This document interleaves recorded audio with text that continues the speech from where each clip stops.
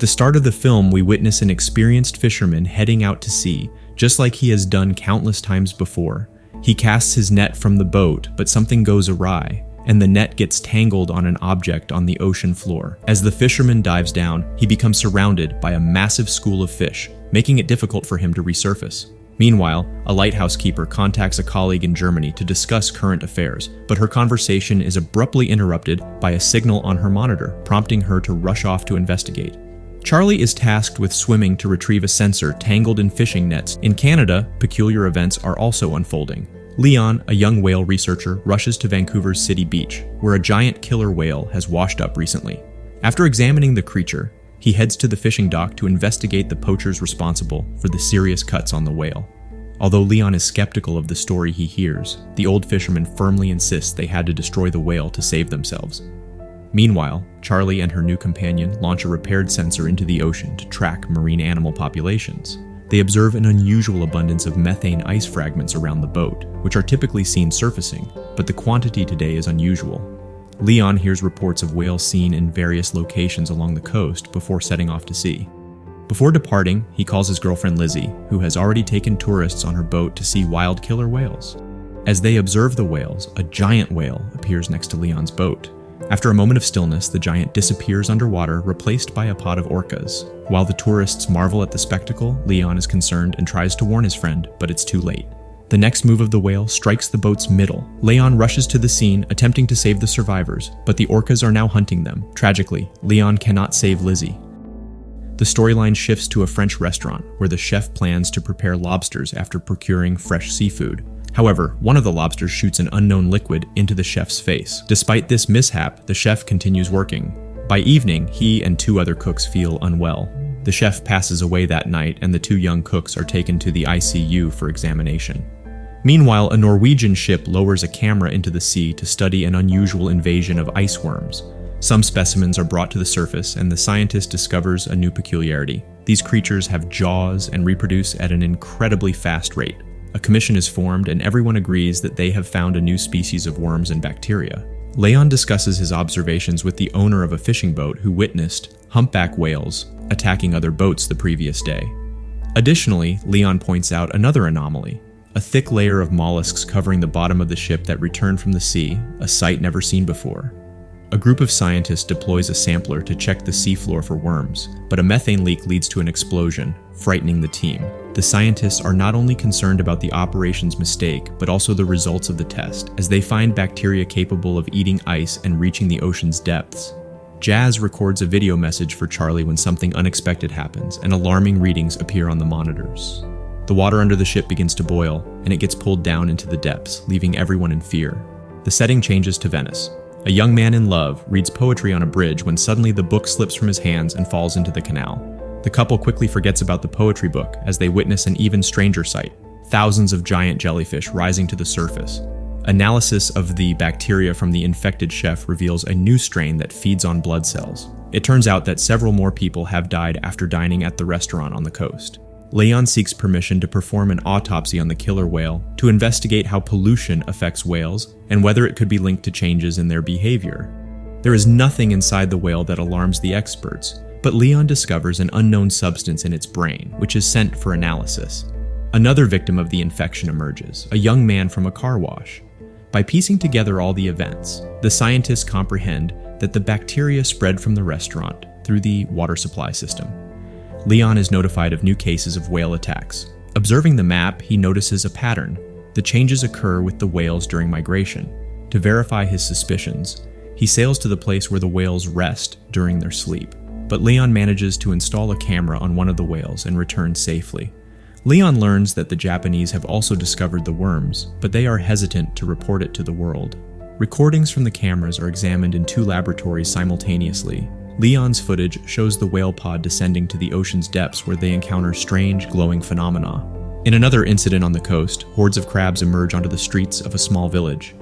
Another view of the seabed reveals the mystery behind it all. An oil and gas company was drilling ice in a prohibited area and damaged the seabed for several kilometers. Leon sneaks through a fence to access the guarded port area to collect more mussels from the ship for analysis, but he is apprehended by security and arrested. In the morning, Mr. Sato, the Japanese owner of the ship, contacts Leon, asking him not to trespass on his territory in such a manner again.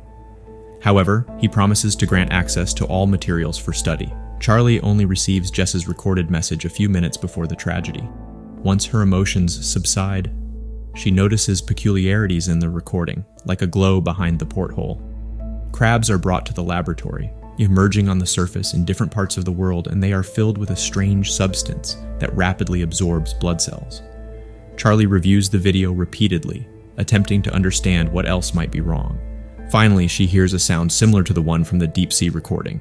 Charlie contacts the laboratory and shares the part of the recording that caught her attention, but her stern boss, Katerina, dismisses the scientist's ideas, believing the sounds to be random noise. She orders Charlie to wrap up her work and shut down the station for the winter without entertaining incredible theories. After cooling down and carefully considering Charlie's words, Katerina ultimately decides to test this hypothesis. A helicopter with a group of scientists and a deep water device arrives on the island. The device is delivered by Sigor, and as he's about to leave, they receive emergency messages about a terrifying tsunami approaching the coast. Sigor manages to warn Charlie, and they leave the area. During a scientific conference, the researchers present their findings, revealing that the discovered bacteria intentionally infects humans, and everyone will soon have to flee far away from water sources. Leon tries to warn his fishermen friends, but none of them are willing to leave the ocean, choosing to face the danger in their familiar environment. Rahim meets Leon at the Institute to participate in a scientific conference. The brightest minds are gathered to discuss the situation, and most agree that there is a force at work trying to force people out of the ocean. Katerina is the only one against everyone else, refusing to abandon her knowledge and convictions gained through years of experience. She urges the group to seek a logical explanation grounded in science. Despite objections from their mentor, the team of scientists presents their theory to the public, convincing the government that marine inhabitants infected with bacteria are intentionally attacking humans. They even christen the new intelligence with a name. However, this version only elicits irony from high-ranking officials, who suggest seeking more scientific solutions to the problem rather than negotiating with an unknown intelligence. Astrophysicist Samantha Grove steps in to support the scientists. Unlike politicians, she meticulously studied the report and concurs that the peculiar sound on different recordings possesses all the characteristics of an unfamiliar language. Moreover, her team managed to capture the same signal from Antarctica. Another influential figure, Japanese Mifuno, also believes in Sigor's theory and agrees to finance the venture, hoping it will aid in saving the world. Sigor assembles the team and notifies them of the mission's commencement. He urges everyone to ponder carefully and assess the risks, and those ready to see it through will embark on an expedition to the Arctic in 48 hours. The scientists return home to bid farewell to their loved ones and warn them of their departure. Many relatives try to persuade them to stay, but everyone understands this is their final opportunity to make a difference. According to the scientists' calculations, the largest concentration of intelligent bacteria is situated in one of the valleys in Antarctica, where they could have existed for millions of years. Preparations are underway to establish contact, and everyone is playing their role while granting interviews to a young journalist. Eventually, the ship's equipment starts buzzing with interference, and the scientists prepare to capture a signal from the mysterious organism. Sarah Mifuno's assistant joins Leon at the table and confesses that she would have never believed in their theory if it weren't for her boss, who has proven over the years that his intuition never fails. Samantha devises a plan. She intends to add the sound of a human child's scream to the organism's audio signal and transmit the recording back to the intelligence to demonstrate their readiness to communicate. Charlie requests her colleague to take her down with him in the diving apparatus. The ship drops anchor, and the scientists begin transmitting the sound message. Meanwhile, the adventurous couple enters the capsule and prepares to dive into the depths. The whole team anxiously awaits any reaction, and finally, a movement appears on the radar, and the sensors pick up a sound signal. The team in the capsule attempts to contact the captain's bridge to report their malfunctioning fans and depleting oxygen, but communication fails. The chief pilot, Luther, is prepared to return, but Charlie notices movement and turns off the lights, anticipating what comes next. On the ship, they also spot something approaching. Sigor insists that the captain recall the submarine, but they are unable to reach the crew group. Luther decides not to take further risks and lifts the boat onto the ship. A hatch opens to receive the capsule into a special compartment. Charlie observes a strange glow enveloping them at that moment, but keeps it to herself. Meanwhile, Samantha reports that they have established contact successfully. The sound signal has returned, and the child's cry has been altered as a sign that the bacteria comprehended the message from humans. Dr. Chase seeks a cure for those already infected by the bacteria. Luther tells the journalist that he saw nothing at the depth, and everything Charlie witnessed was likely a figment of her imagination, much like the entire concept of intelligence. However, Samantha endeavors to decode the ER messages and assemble them into a response signal that the intelligence will comprehend. While in the compartment with the capsule, the journalist notices an illumination in the pool. The ship's lights go out and interference disrupts the scene. When everything is restored, the captain spots the journalist's lifeless body on the monitor. Dr. Chase attempts to save the girl and observes a liquid resembling cerebrospinal fluid on her lips. Samantha informs the team and the captain that during the voltage surge, a signal surge occurred, so faint that no one heard it. Most crucially, in the astrophysicist's opinion, it emanated from inside the ship. Charlie listens to her colleagues, but she can't muster the courage to tell them that they inadvertently brought the bacteria into the pool. Leon visits the girl, whose body is now covered in strange spots. The doctor seeks assistance from the guy and Sarah to hold the girl still while she takes a sample of the spinal fluid for analysis.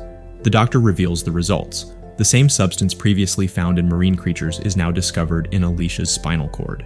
Chase believes that the bacteria attempted to merge with the girl's cells, and Charlie admits to witnessing the glowing substance entering the ship with them.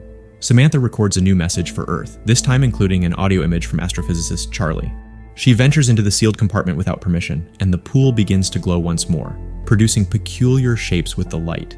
At that moment, Samantha receives a response message from the entity, which also contains an image. Mr. Mifuno's helicopter lands on the ship as he wants to witness the unfolding events. Sigor shows him the recording from the pool cameras and the image sent in response to Samantha's message.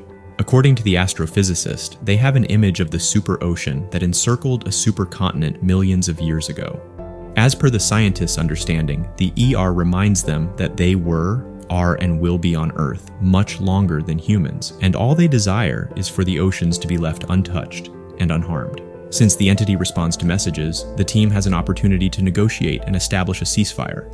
However, Chase's creation of a drug that can destroy the blood cell-consuming bacteria creates division within the team. Mifuno plans to test the substance in the pool and, if successful, eradicate the ER entirely. Sigor disagrees, at least until they confirm that negotiating with the ER is impossible. Chase suggests trying the drug in the pool without immediately releasing it into the open ocean, trying to find a middle ground. Everyone gathers to witness the experiment. Chase releases the drug into the water, and it promptly begins to rise, emitting a terrifying scream that shatters the glass. The captain is informed that nothing is functioning on the ship, and they are simply drifting in the waters of Antarctica. To make matters worse, the ship is surrounded by icebergs. The vessel collides with an iceberg, but surprisingly, a blue glow transports it to another location. The captain orders the engines to be started to break free from Earth's control. He questions why they don't pour all the drug they have on board into the water, but Sigor explains that the current situation is the consequence of his reckless experiment in the pool. Manufacturing enough of the substance to destroy Earth worldwide is an unfeasible idea. The only way forward is to negotiate a truce. As the team deliberates on how to negotiate with the entity, it traps the ship between the icebergs. Charlie hastens to the capsule to descend and present Luther's body to the ER as a sign of complete submission. Upon reaching the depth, Charlie changes her plan. She injects Luca's sights into her heart, a substance that can merge with the ER, and opens the capsule door. The body falls under the ER's control, and the ice breaks free, while billions of lights surround the girl underwater. The girl opens her eyes, now glowing blue, as she looks up at the sky.